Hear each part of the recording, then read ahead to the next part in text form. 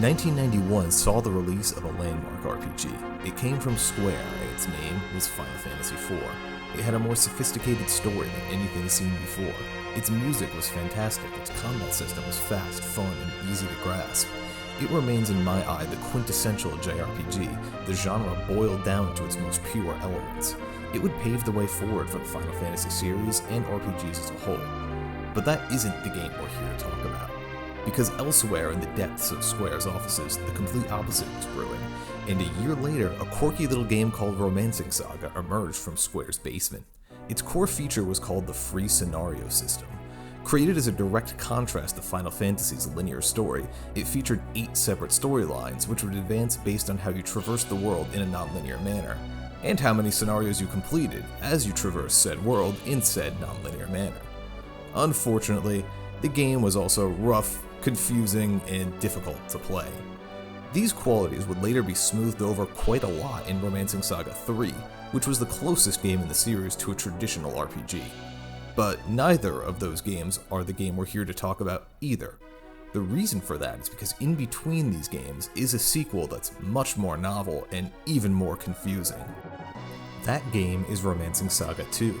It's time to tell you all about it, why it is so deeply novel and unique, and even some tips to make playing it yourself much more approachable. But first, you need to realize that I'm not bluffing when I use the word complicated. You need to know what the title of this video actually means. So I'm going to open by making your head spin by talking about its mechanics in a sprint that will leave you forgetting your own name. Here we go. First of all, there are no levels. There are tech points you get after battles which are kind of like experience, but not really.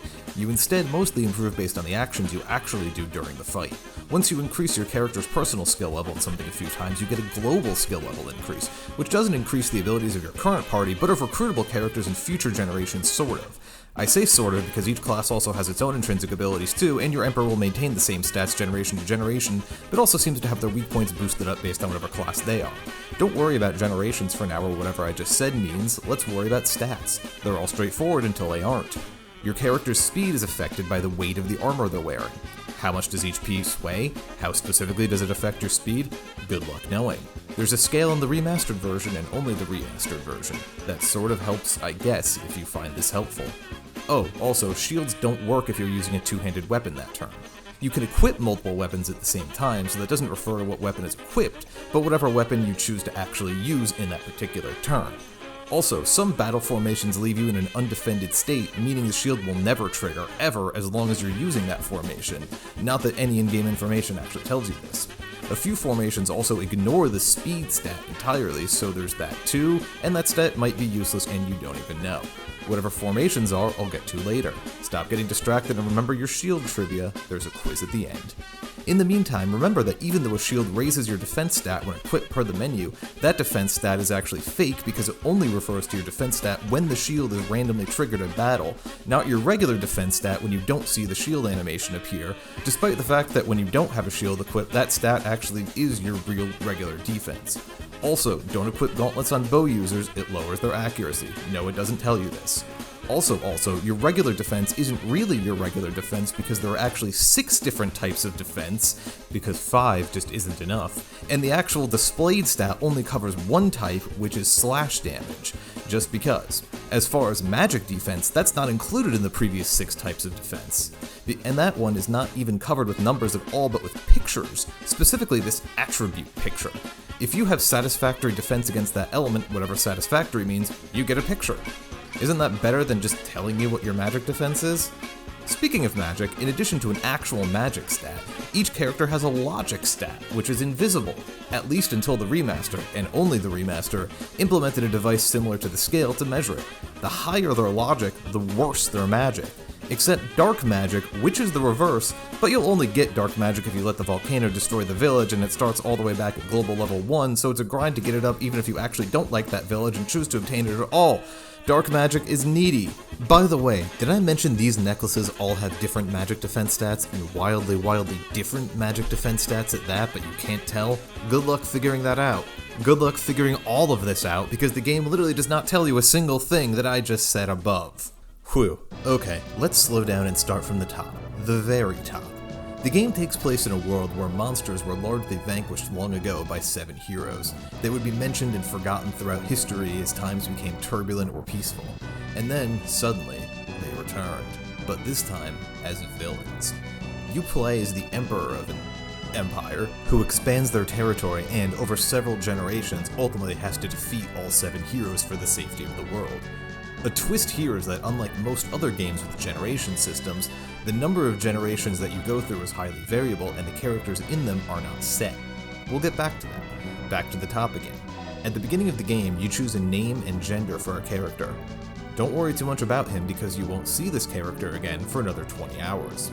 Yes, you heard right. This is your final Emperor and you'll use him only for the last leg of the game. Instead, you become your first Emperor, Leon, at the beginning. Let's talk about his story. Leon has 2 kids. One is Victor, a strong warrior. The other, Gerard, a wimpy kid who'd rather be a scribe than an emperor. Through a series of shenanigans, one of the 7 heroes is defeated and an inheritance magic is passed, whereupon an heir will inherit the skills of the emperor before him, and eventually Gerard becomes emperor, and you set about expanding the empire. Thus begins this game's interpretation of the free scenario system. You can go in any number of directions and explore any number of areas right off the bat, whereupon you'll run into various scenarios, the resolution of which usually adds territory to your empire, enables the area to be fast traveled to, unlocks tons of new classes to be recruited. You'll encounter and recruit samurai, desert swordsmen, Amazons, ninjas, mole people, and plenty more, and increases the empire's revenue, which we'll also get to. I'm starting to feel like I've been saying that a lot, and we're still only at the beginning. Anyway, for now, let's zero in on the scenarios. This is the fun part. An early scenario has you infiltrate a fortress. You can barge in the front door, pay off an informant to sneak in with a boat, or recruit the secretive thieves guild in the Imperial City to not only get you in, but lay down a path to keep you from getting lost. Another scenario has you settling a civil war, which, if you wait too long to do, the bad guys will have already won before you arrive, and you'll need to work with the wounded resistance after several of what would have been the scenario's characters have already been killed, while you were off busy seducing a mermaid and taking over diamond mines. You'll stop a moving land fortress headed by one of the 7 heroes, and you can get in the right way, or by getting captured and robbed of your weapons and armor, which means you need to fight your way out with nothing but magic and martial arts skills. Not all of the scenarios have multiple solutions or outcomes like this, but quite a lot of them do, and it's pretty damn cool for an SNES game. You'll wander the world in any order looking for quests. Not all of them are available all the time, but you'll always have options, which can be completed in a number of ways and can be fast traveled back to those areas. It's essentially the Skyrim of the Super Nintendo. In fact, you'll even need to gather information at pubs for some of the quests. You can't even visit some new towns and new areas until a common NPC tells you about them. Shifting back to the gameplay, in a sensible manner this time, I promise, there's a few systems I didn't mention. First, the Empire, time, and the battle counter. You find money in chests and get it as rewards for quests, but you also get some every time you get into a battle. You'll primarily use this money to reinvest in the Empire. You can build new facilities for your city or put it into R&D, which will create new weapons and armor. Aside from special items you find in dungeons, this is pretty much it for items. You'll seldom find anything new in shops, and every time I did, it was already inferior. Time passes only at the end of scenarios. Some scenarios will automatically time skip you to the next generation, others just add a tally mark to the counter that determines whether you've done enough for a time skip. The actual number of years that pass, though it doesn't seem to make much difference, is affected by how many fights you got into in that generation. At each new generation, you select a new character class to be Emperor. If you die, you can pick a new Emperor the same way and continue on, but it doesn't count as a generation skip because no time passes. Once you select your new Emperor, you can travel around to recruit a party from any of the classes you've unlocked in the world, gear them up with the weapons and armor, and load them up with any previously learned skills and spells. Oh, that's another, I'll get to it later. Making new teams and experimenting with different weapons and magic feels fun every time, even if kind of annoying once you've ironed out most of your team and still have to go through the motions. Speaking of counters, the game counts how many fights you've been in. This determines the difficulty. Stronger enemies appear the more battles you fight. Don't worry too much about this though. This isn't Final Fantasy VIII. As long as you don't grind intentionally early on or flee from battles constantly, you really won't even notice it's there. And once you've made it deep into the game, feel free to grind away, because once the strongest monsters appear, that's it. The game doesn't make them any stronger after that. Next up is skills and magic. New skills are unlocked by sparking them in battle. You do this by attacking with the weapon in question. There are quite a few weapon types, and each has certain types of unique skills that affect your battle strategy. Spark trigger chance is random, but is affected by the specific character. Every specific character has a sparking type, which enables them to spark certain skills, and enemies have a spark value. Basically, attacking stronger enemies will spark skills more often, use whatever weapon you want more skills for, and mix up who is attacking with what if you haven't learned anything new in a while. The sparking type is dependent on the individual character, not the class. So keep that in mind, and don't assume that you'll be able to unlock every single unarmed attack just because you're using the brawler. Weapon and unarmed skills also use SP rather than NP, so if you have a character who's good at both physical and magic attacks, they really have a lot of stamina. Your character's HP refills in between battles, but your SP and MP do not, so that's what you need to focus on rationing to make it through a dungeon. Once you spark a skill, any character can learn it from the dojo in the castle, but only in the following generation. When it comes to magic, you'll soon be able to build a magic academy. Every character can learn magic and learn any spell that you've unlocked. There are 5 different schools of magic, and you can learn up to 3 at once, since 2 of them conflict with others. You learn new spells as your global level in each element increases. When your level is high enough in multiple elements, you can even pay to develop hybrid magic spells, which are among the most overpowered things in the game. It's really advantageous to give everyone magic. It'll increase your global levels quickly, and most spells aren't really that dependent on magic stat. They're useful no matter who casts it, so they're a good extra weapon to have in your character's arsenal. Next up is LP. Your characters can friggin' die in this game. Forever. When you die in battle, you lose an LP. If a monster attacks their dead corpse, they lose another LP. You're revived at full health between battles, but your LP doesn't get restored even at an inn. Once all your LP is gone, that character is dead. However, it's actually not that big of a deal. You can go back to where you recruited that character and you'll find a palette swap version with a different name and maybe some different stats waiting to join you. I think I've only lost 2 or 3 characters the whole way through the game, either way. Lastly is formations. These are largely an afterthought in most RPGs, or at least no more complicated than weak character on the back. Here, they're much more interesting. Formations provide different buffs or debuffs to certain positions in the formation, and sometimes even override the regular turn order, letting your party go first or even last while providing you a different benefit. The starting formation, Divine Cross, which I thought made the rest of the formations unimportant, certainly proved otherwise when my entire core row got electrocuted by a spell that pierces said row and all 3 of them died. Tactics.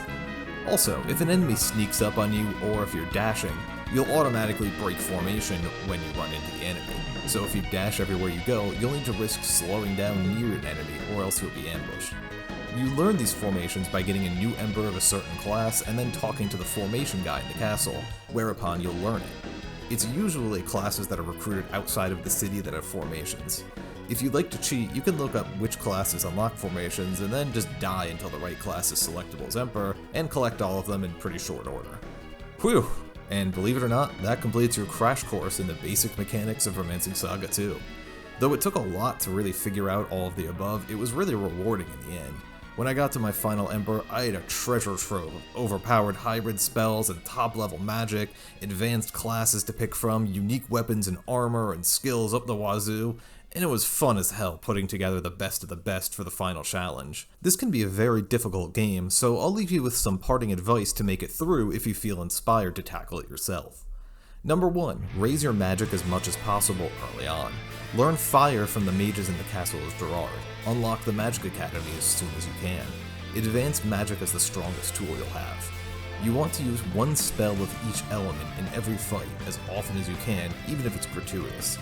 Global magic levels rise based on how many skill ups you get. Meaning if your warrior with lousy magic gets a skill up after 3 spells, it counts just as much as your mage getting a spell up after 30 spells, which is what will tend to happen since his skill level was higher to begin with. You'll grow your global levels then, much faster if everyone joins in. So go ahead, slap some magic on your warriors too, as many elements on each character as you can, and your magic will rise through the generations pretty quickly. Earth magic might not seem useful at first, but trust me, level it up. All the elements are essential, except maybe air. Air is pretty good initially, but the later spells and its fusion combos aren't that important. Number 2, don't put off the Civil War scenario for very long, or you'll be forced to fight the Spriggan in the bad route of the scenario. If this happens, Daddy's home and you're all small children. The enemy has 12,000 HP at a point where you're likely doing maybe 100 damage a hit. I managed to eventually put it down with enough luck-reliant big brain tactics after more than 24 tries, but man, I was close to outright giving up and starting a new game. In addition to having to take him down with the equivalent of a butter knife, he also has an attack he can use anytime he feels like it that will kill you in one hit. Number 3, try to do the land route when handling the Armed Merchant Rebellion. You're probably going to want to Google how to do it and to make sure you save before you try it right from the very beginning, because it can be really finicky and even a slight misstep will lock you out of it. As a quick tip, if you happen to walk in on what looks like a meeting and the lookout goes away, just stay where you are and listen, don't barge into the room. If you complete the land route successfully, you'll unlock their class for recruitment immediately, instead of much later in the game. This is great because they contain the best formation in the game, which lets you attack first. You have no idea how useful this is for regular battles until you have it. Just make sure that before a boss fight you remember to switch to a different formation because this one will put you in a weakened position. Make sure to do the desert scenario before you do the jungle scenario, or otherwise just save the desert for the absolute end. After the jungle scenario is done, you're going to piss off the hero that you find in the desert and you'll have to face a very difficult version of him. I forgot to say so, but that was number 4. So anyway, moving on to number 5. Early on, a brawler will ask you to clear out a slime enemy from a cave in order for them to kill the one in the back by themselves. Make sure to turn right back after you clear out all the slimes. If you do defeat the boss enemy all the way in the back, the brawlers will get pissed at you and the class will be unrecruitable for the entire game. Number 6, you're going to want to make sure that you have a male emperor when doing the mermaid scenario and a female empress when doing the jungle scenario. And lastly, this game has a New Game Plus feature. Unlike most games that have New Game Plus features, you actually don't need a cleared save file to use it. Actually, you can use any save file as the basis for New Game Plus. Meaning, if the game becomes overly difficult, or you made some decisions that you're cursing yourself for and you want a chance to do them over again, don't be afraid to just start over again using your existing file as the basis for your New Game Plus. It'll make things a lot easier on yourself and you'll get another chance to go through. And believe it or not, that's all I have to teach you. You'll have to find out the rest for yourself.